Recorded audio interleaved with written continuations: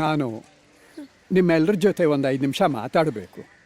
ಪೂಜ್ಯಾಯ ರಾಘವೇಂದ್ರಾಯ ಸತ್ಯಧರ್ಮರತಾಯ ಚ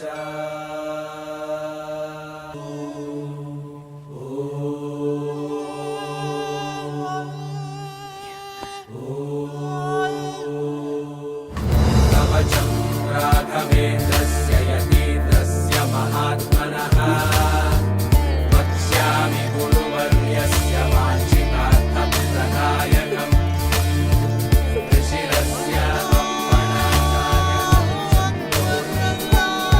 ಬೃಂದಾವನದಲ್ಲಿ ನಾನು ರಾಯರನ್ನ ಕಾಣ್ತೇನೆ, ನೀನು ಅಲ್ಲಾನ ಕಾಣ್ತೀಯ, ಇನ್ನೊಬ್ಬರು ಜೀಸಸ್ನ ಕಾಣ್ತಾರೆ. ಈ ಬೃಂದಾವನ ತಿಳಿ ಮನಸ್ಸಿದ್ದ ಹಾಗೆ, ಇಲ್ಲಿ ಯಾರು ಯಾರನ್ನ ಬೇಕಾದರೂ ಕಾಣಬಹುದು.